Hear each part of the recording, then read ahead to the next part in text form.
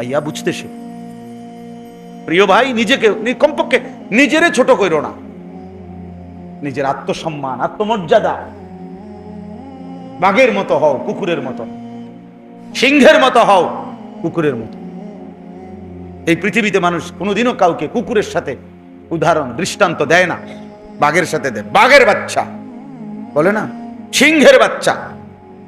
বুঝা গেছে উদাহরণ দিতে গেল মানুষ এটা কি বলে, একটা বাঘের বাচ্চা।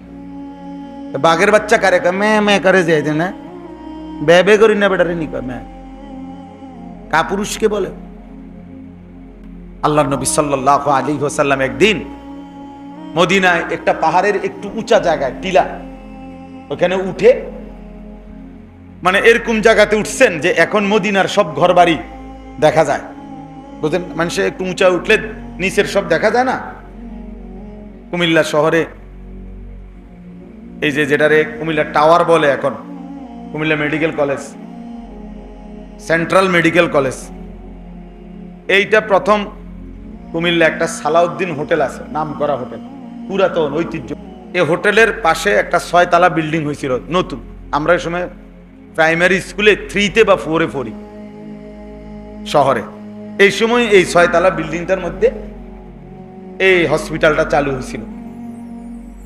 তো প্রথম এই কুমিল্লায় 6 তলা বিল্ডিং, ফুলাফাইনা আইসা কইতো 6 তলা বিল্ডিং এর ছাদে উঠলে সারা কুমিল্লা দেখা যায়। তা আমরা বিকালবেলা আসরের পরে ঠাকুরপাড়া থেকে হাইটা এই বিল্ডিং এর সিঁড়ির মুখে দাঁড়ায় থাকতাম, আর শুধু এই দারোয়ানডারে পাহারা দিতাম।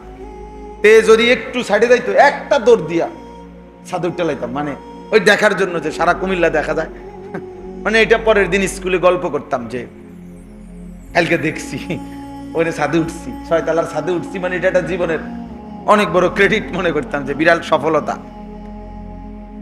তো আল্লাহ নবী সাল্লাল্লাহু আলাইহি সাল্লাম এই উঁচু জায়গায় উঠে মদিনার সব ঘরবাড়ি দেখা যাইতেছে, সাথে সাহাবারা। আল্লাহ নবী সাল্লাল্লাহু আলাইহি সাল্লাম বলছেন, ইন্নী লা আরাল ফিতান খিলালা বুয়ুতিকুম কামাওয়াকিল কাতর। বলতেছে সাহাবারা, আমি তোমাদের প্রত্যেকের ঘরের কোনায় কোনায়, ঘরের চালে চালে, ঘরের ছাউনিতে দেখতে পাচ্ছি বৃষ্টির ফোঁটার মতো ফিতনা পড়ছে। কামাওয়াকিল কাতর, বৃষ্টির ফোঁটার মতো। বলেন বৃষ্টির ফোঁটা কিভাবে পড়ে? প্রথম ফোঁটা পড়ার 5 মিনিট পরে আরেক ফোঁটা পড়ে, এর 5 মিনিট পরে আরেক ফোঁটা পড়ে, এভাবেই তো না? কেমনে ভাই? অনবরত, অনবরত কিনা? অনবরত বৃষ্টির ফোঁটা পড়ে। বৃষ্টির ফোঁটা আলাদা করার সুযোগ নেই। আমি কেমনে আলাদা করবেন? মানে প্রতি ফোঁটা আলাদা করার পারবেন? এটা এইভাবে রাসূল পাক সাল্লাল্লাহু আলাইহি ওয়াসাল্লাম বলছেন, ফিতনা আমি দেখতে পাচ্ছি তোমাদের ঘরগুলোর ফাঁকে ফাঁকে পড়ছে। বলেন, এই জন্য বাপ, আমি যে কথা থেকে শুরু করছি, ছেলেরা তোমগরও এটা বলতে চাইছিলাম যে আলাদা শোনো তোমার জন্য, কারণ হতে পারে শেষ তোমার সাথে আর কেউ নেই, আল্লাহর পথে চলার জন্য আর কেউ নেই, দ্বীনের পথে চলার জন্য হতে পারে আর কেউ নেই, কিন্তু সেদিনও তোমাকে একা হলেও আল্লাহ দ্বীনের উপরে থাকতে হবে। অতএব আমি আমার প্রয়োজনে, আমার জন্যে, আমার ঈমান, আমার আমল আখিরাতের জন্যে আমার আল্লাহর কথা শোনা দরকার, বোঝা দরকার, শেখা দরকার। একজন মুসলমানও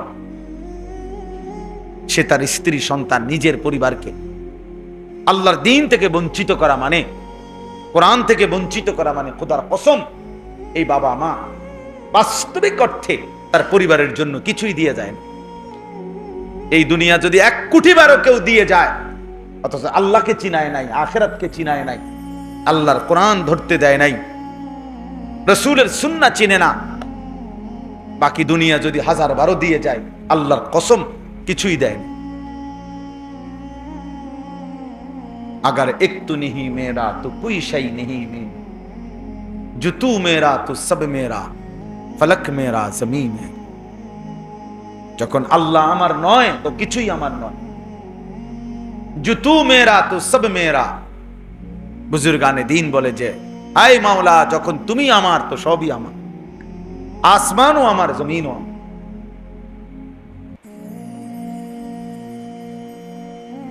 বড় পীর আব্দুল কাদের জিলানী রাহমাতুল্লাহ আলাইহি একবার বাগদাদের বাদশাকে বলছিলেন, বাদশাহ তুমি আমারে সম্পদের লোভ দেখাইও না, তুমি আমারে মালের লোভ দেখাইও না।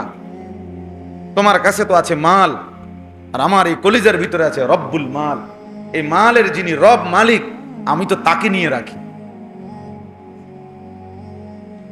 আমার দিলে তো সে আছে। তুমি তো দুনিয়া নিছো, আমি তো রব্বুদ দুনিয়া ওয়াল আখিরা। দুনিয়া আখিরাতের যিনি রব, সে তো আমার কলিজায় আছে। আমি তোমার চাইতে বড় ধনী,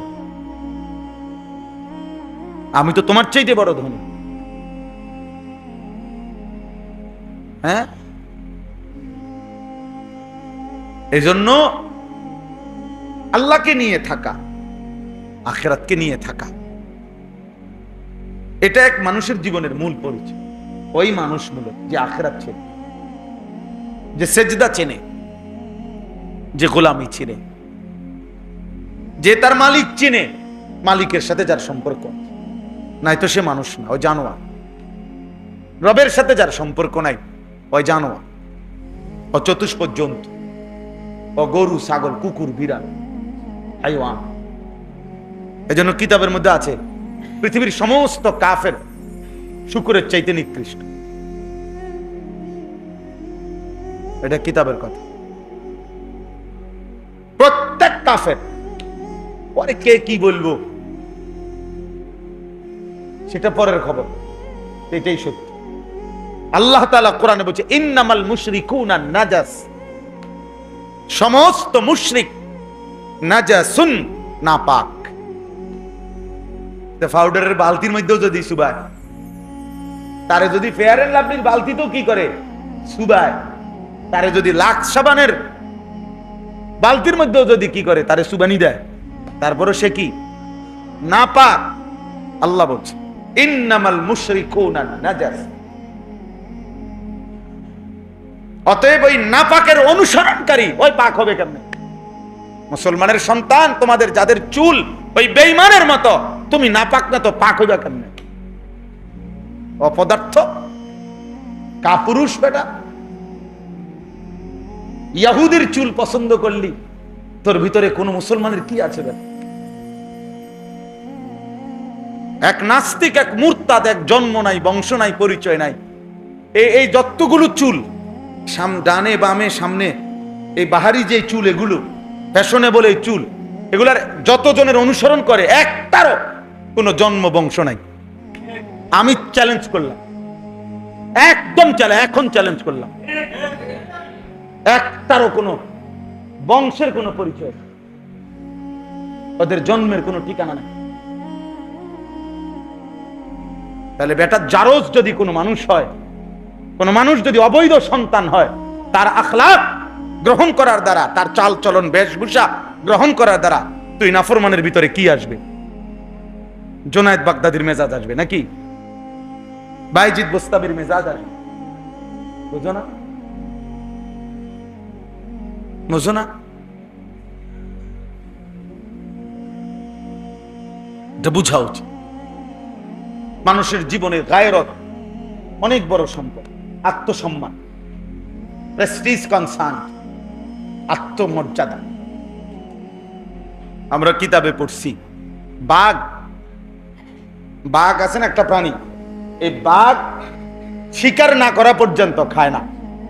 ফেলে রাখা উচ্ছিষ্ট, অন্য কোনো কারো ফেলে রাখা গোশত ও বাঘ খায় না। জঙ্গলের বাঘ যতক্ষণ নিজে শিকার না করে, প্রয়োজনে সে ক্ষুধার্ত অবস্থায় লম্বা সময় পার করবে, কিন্তু সে খাবে না। কিন্তু কুত্তার স্বভাব, যে কোনো উচ্ছিষ্ট যেখানে যা পায় সবটাতে মুখ দেয়, নাক লাগে।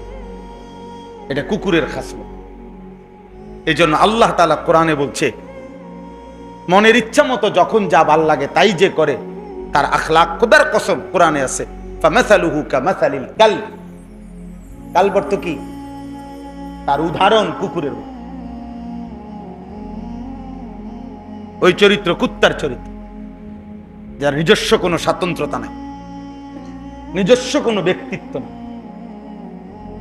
নিজস্ব কোনো উসওয়া আদর্শ মডেল যার কাছে নাই। যখন আমার যা ভাল লাগে তাই আমি করি, যে মাসে যেটা ভাল লাগে, যে ঈদে যেটা ভাল লাগে, যখন যারটা দেখে যেটা ভাল লাগে। গত মাসে এই কাটিং, এই মাসে আরেক কাটিং, গত মাসে চিপা ফ্যান্ড, এই মাসে মোটা ফ্যান্ড, পরের মাসে মারুয়া প্যান্ট, এরপরের মাসে আম প্যান্ট, যখন যেটা ভাল লাগে। এই তো বেগায়রত মানুষ। হযরত ওসমান রাদিয়াল্লাহু তাআলা আনহুকে নবীজি সাল্লাল্লাহু আলাইহি ওয়াসাল্লাম হুদাইবিয়ার সন্ধির সময় কাফেরদের সাথে কথা বলার জন্য পাঠাইছিলেন।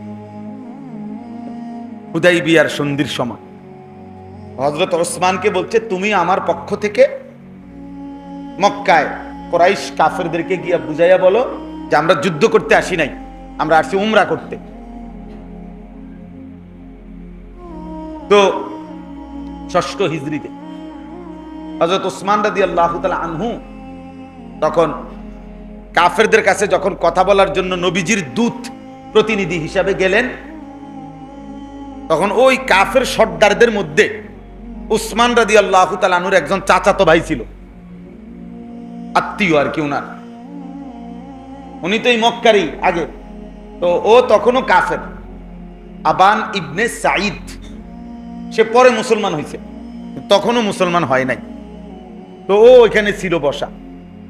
সে উসমান রাদিয়াল্লাহু তাআলা আনহু যখন আসছে কথা বলার জন্য, উসমান রাদিয়াল্লাহু তাআলা আনহুর দিকে তাকাইয়া আগে বাড়ছে, মানে আগে উঠতে আগাইয়া গেছে আর কি, উসমানের সামনে গেছে, একা সামনে আগাইয়া তার কাছে কাছে গিয়া বলছে, উসমান তুমি এটা কি পড়লা, লুঙ্গি ইজার, তোমার লুঙ্গিটা এমন কেন? বলতেছে মানে কি হয়েছে? হযরত ওসমান বলছে তুমি তোমার লুঙ্গি মানে গোড়ালির অনেক উপরে, তুমি জানো না আমাদের আরবে সম্ভ্রান্ত ব্যক্তি যত বেশি সম্ভ্রান্ত হয় কুরাইশের, তার টাকনুর নিচে, গোড়ালির নিচে কাপড় তত বেশি হাসরা, মানে তত বেশি নিচে থাকে। হ্যাঁ, কসম আল্লাহর, এটা কিতাবে আছে। তো তিনি বললেন যে তুমি টাকনুর এত উপরে তোমার লুঙ্গি উঠাই ফেললা, বুঝা তো যাচ্ছে ইসলাম গ্রহণ করার কারণে তোমার কোনো পদমর্যাদা, সম্মান, ইজ্জত বলতে কিচ্ছু নাই,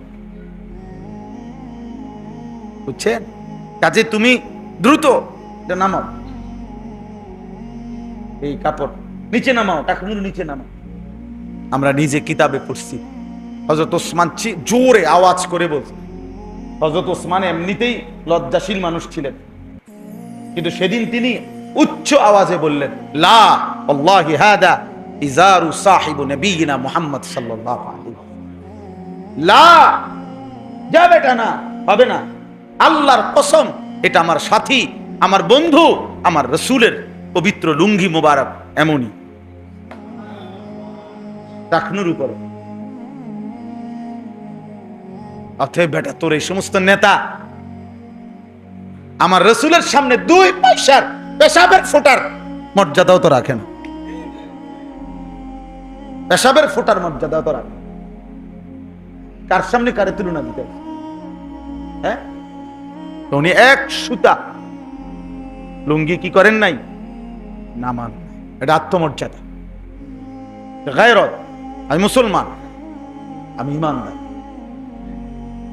আমি ইমানদার। এত অল্প বয়সে যদি দুশ্মনের কাছে আমাদের সন্তানরা 16 বছর বয়সে যদি এভাবে হেরে যায়, যখন জওয়ানি, যখন কিশোর, যখন নওজোয়ান, যখন চোখ রাঙ্গাইয়া দুশ্মনের মোকাবেলায় যুদ্ধ করার কথা, ওই সময় যদি এত বড় কাপুরুষ হয়, তো এই বয়সে কিনব, চাচার বয়সে, বুঝেন না?